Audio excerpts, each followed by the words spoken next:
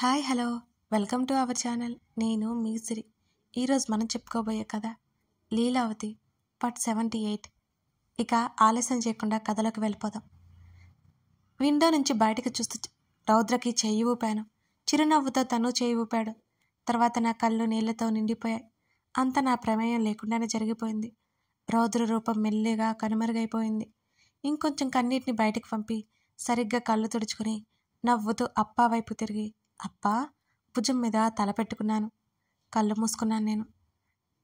Baby డాల్కి ఏమైంది అన్నారు అప్ప.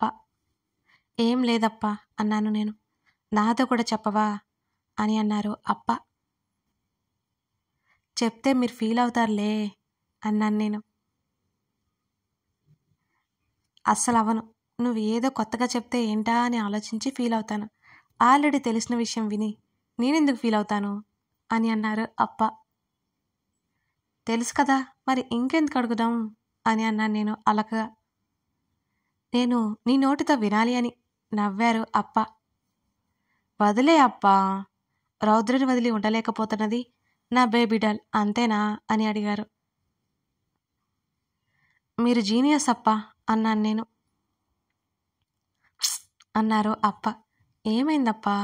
దిగులుగా ఉన్న మా అప్ప ఫేస్ చూసి అడిగాను. రౌద్ర నా ప్లేస్ కబ్జా చేశాడు అన్నారు అప్ప నా వైపు చూసి పెదవి విరుస్తూ. అప్ప అంటూ నవ్వేశాను. మీ ప్లేస్ మీదే, తన ప్లేస్ తనదే. ఎవరి ప్లేస్ కబ్జా చేయలేదు. మీ ఇద్దరే నాకు రెండు కళ్ళు అన్నాను సినిమా డైలాగ్ కొడుతూ.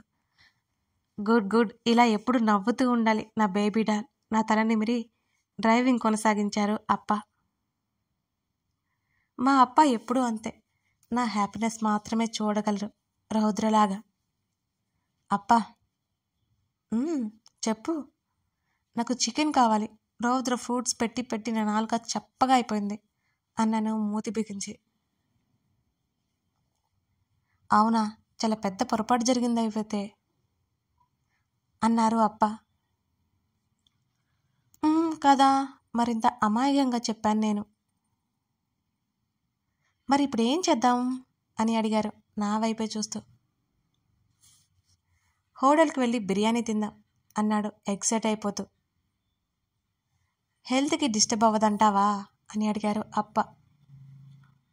ఏమో అన్నాను ముఖం వేలాడి తీసుకుని నేను.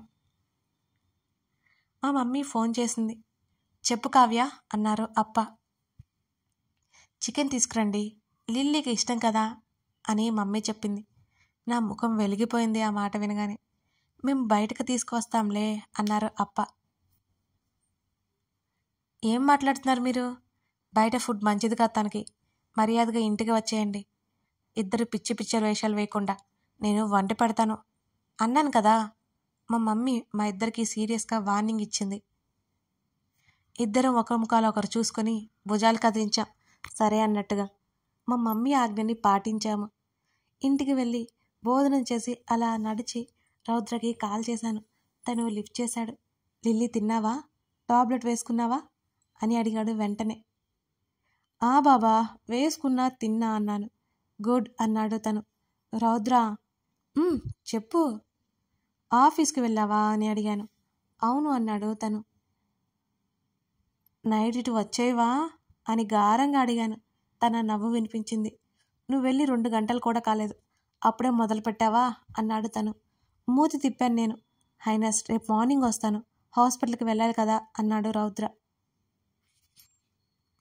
సరే అన్నాను. నా మాటల్ని కొనసాగించాను. తను ఊకొడుతూ వింటున్నాడు నేను చెప్పేవన్నీ.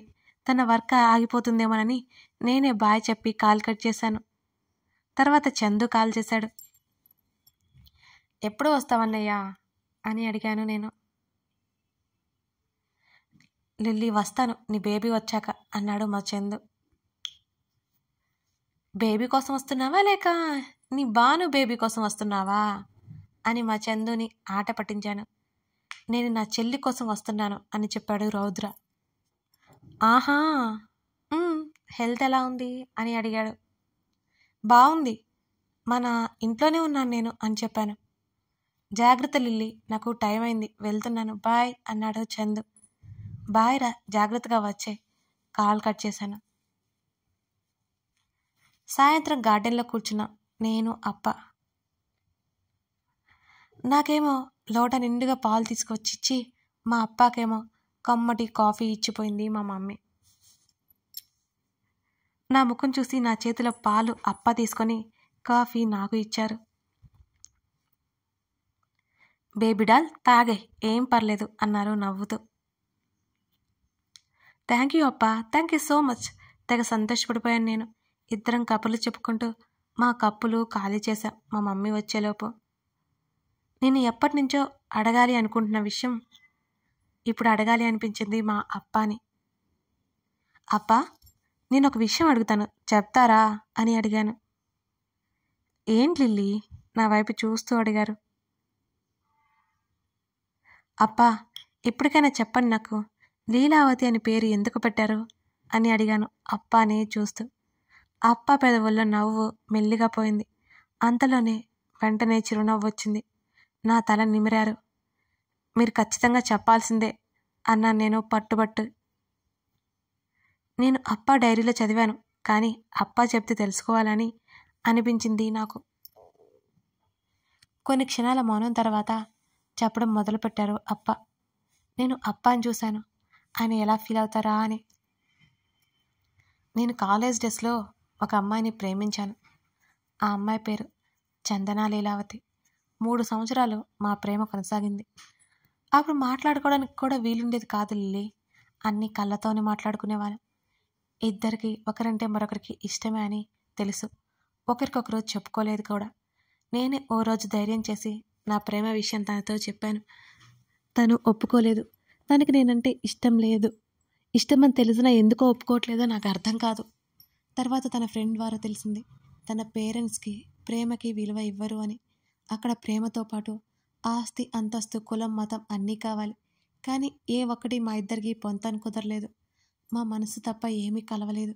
చదువైపోగానే పెళ్లి చేశారు తనకి అని ఆగి మళ్ళీ మొదలుపెట్టారు అప్ప. నేను తనని మర్చిపోలేకపోయాను లిల్లీ. తను కూడా నన్ను మర్చిపోవడం కష్టమే. నాకు తన్ని మర్చిపోవడానికి చాలా సమయం ఉంది, కానీ తనకి ఏ మాత్రం సమయం లేదు. తనకి కొంచెం అంటే కొంచెం కూడా సమయం లేదు. తను సర్దుకుపోయింది. అది అంత తేలిక కాదు. ఎంతో బాధ తర్వాత తను సర్దుకుపోయింది. జీవితాంతం సర్దుకుపోతూనే ఉంది. ఆ సర్దుకుపోవడంలోనే ఆనందం వెతుక్కుంది అని చెప్పారు అప్ప. ఆయన గొంతు గద్గదమైంది. అప్పుడే మీ మమ్మీ నా లైఫ్లోకి వచ్చింది. లీలా గురించి మీ మమ్మీకి చెప్పాను. మమ్మీని కాదు అన్నాను. తను ఎంత ఓపుగా ఉంది. మీ తాతయ్య అమ్మమ్మలు మీ నానమ్మని ఒప్పించారు. మీ మమ్మీ అంటే అంత ఇష్టం వాళ్ళకి. నేను కొంచెం టైం కావాలని అడిగాను. నాకు అప్పుడు మీ మమ్మీ మీద ఏ ఫీలింగ్ లేదు, కానీ మీ మమ్మీ ప్రేమ వల్ల నేను మీ మమ్మీకి దాసోహమయ్యాను అంటూ నవ్వారు అప్ప. ఆయన కళ్ళల్లో నేను నీటిని చూశాను, కానీ బయటపడలేదు. మెల్లిగా కంటిలోకి ఆ నీళ్లు ఇంకిపోయాయి. మీ మమ్మీ అంటే చాలా ఇష్టం లిల్లీ నాకు. అందుకే తన మాట ఏది కాదన్ను. తనను అసలు నొప్పించను. ఒకప్పుడు తను నన్ను ఎంత బాగా చూసుకుందో, ఎంత ప్రేమను అందించిందో. మా పెళ్లి జరిగిన తర్వాత అంతకంటే ఎక్కువ ప్రేమను అందించాలని నిర్ణయించుకున్నాను. అంత ఇష్టం తను నాకు అని మా మమ్మీ గురించి మా అప్ప చెప్తుంటే చాలా సంతోషంగా అనిపించింది. అంతేకాదు, ఆయన ప్రేమించిన అమ్మాయి పరిస్థితి తలుచుకుంటే బాధగా అనిపించింది. మా అప్పకి సమయం ఉంది ఆ ప్రేమ నుంచి మరో ప్రేమని స్వీకరించడానికి. కానీ ఆవిడకి ఏం లేదు. ఎవరికి చెప్పుకోలేక చాలా బాధపడి ఉంటారు కదా. అలా అనుకోగానే నా మనసంతా చాలా బాధగా మారిపోయింది. అందుకే అన్నయ్య పుట్టగానే చందన అని పేరు పెట్టేశాను. కానీ పాప అయితే బాగుండు అనిపించేది నాకు.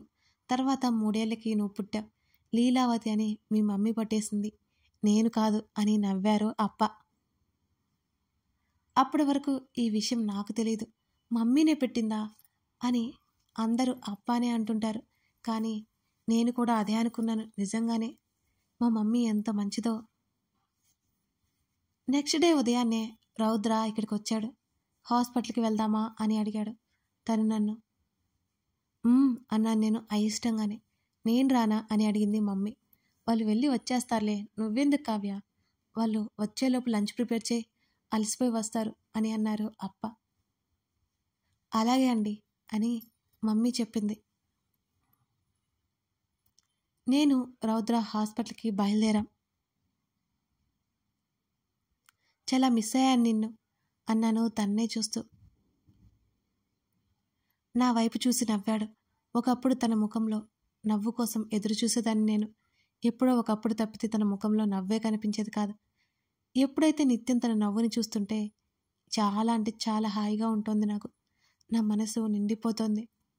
తన మెడ చుట్టూ చేతులు వేసి తన బుగ్గ మీద ముద్దు పెట్టుకున్నాను. నా వైపు తిరిగి నా కంట దగ్గర ముద్దు పెట్టుకున్నాడు రౌద్ర. నేనైతే మాట్లాడడం ఆపలేదు అసలు. మనకి వెన్నతో పెట్టిన విద్య కదా అది. హాస్పిటల్ వెళ్ళే వరకు రౌద్రని విసిగిస్తూనే ఉన్నాను అని నేను అనుకుంటాను. తనకి ఎలా ఉంటుందో మరి. తన ముఖంలో చిరాకు ఏమాత్రం కనబడలేదు నాకు అసలు. ఎప్పుడూ కనబడదు కూడా. కథ కొనసాగుతోంది. హాయ్ హాయ్ హాయ్, ఎలా ఉంది మన లిల్లీ కదా? ఇంకొన్ని హ్యాపీ మూమెంట్స్ అంతే.